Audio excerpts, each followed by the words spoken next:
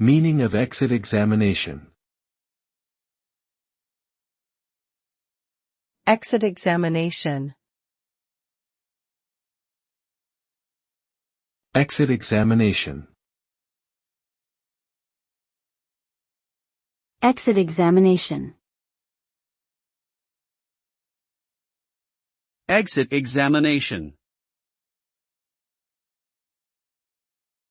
An exit examination is a test or series of tests that students take before graduating from high school or college to assess their knowledge and skills in specific subjects.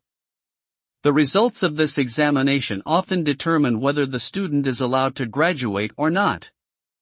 A passing score on the exit exam indicates that the student has met the minimum requirements for graduation, while a failing score may require the student to retake the exam or complete additional coursework before graduating.